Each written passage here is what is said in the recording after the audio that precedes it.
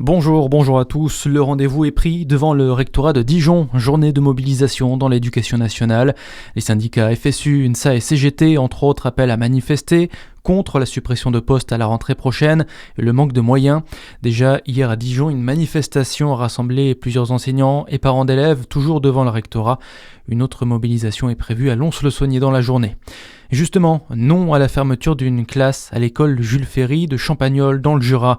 C'est le cri du cœur des parents d'élèves de l'établissement qui ont lancé une pétition pour s'opposer au projet de fermeture d'une 5e classe à la rentrée. Une décision aux multiples incidences pour les élèves comme pour les enseignants, Lina Sidi Moussa. Oui, la suppression de cette classe ferait logiquement gonfler de fait le nombre d'élèves par classe pour compenser la perte de cet effectif. Une perte qui signifie aussi que les conditions d'apprentissage et de réussite ne seraient plus forcément adaptées. Selon les parents d'élèves, l'école Jules Ferry compte aujourd'hui un nombre croissant d'enfants à besoins éducatifs particuliers, concernés par des troubles de l'apprentissage ou même en situation de handicap. Autant de parcours qui doivent disposer d'un accompagnement et d'un suivi personnel. La question de l'inclusivité est aussi évoquée de fait. Du côté de l'enseignant, c'est notamment la future surcharge de travail et ses conditions d'exercice qui sont évidemment dénoncées. Et les parents d'élèves demandent à l'éducation nationale de renoncer à ce projet de fermeture et de préserver les moyens alloués à l'école. Pour l'heure, la pétition a recueilli plus de 300 signatures. Et la lumière fut à Besançon. Depuis vendredi, la citadelle est de nouveau éclairée la nuit. Décision prise par le nouveau maire, Ludovic Fagot.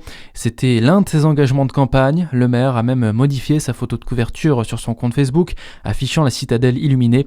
Il évoquait un patrimoine mondial de l'UNESCO caché pendant 6 ans.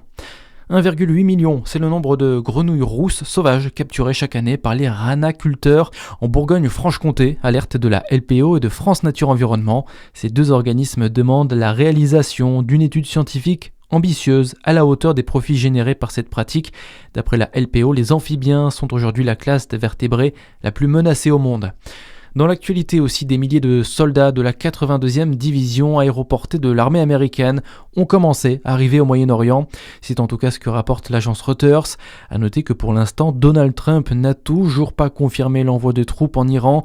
Le président des États-Unis qui a menacé d'anéantir l'île de Karg, le principal terminal pétrolier iranien, si les discussions n'aboutissaient pas.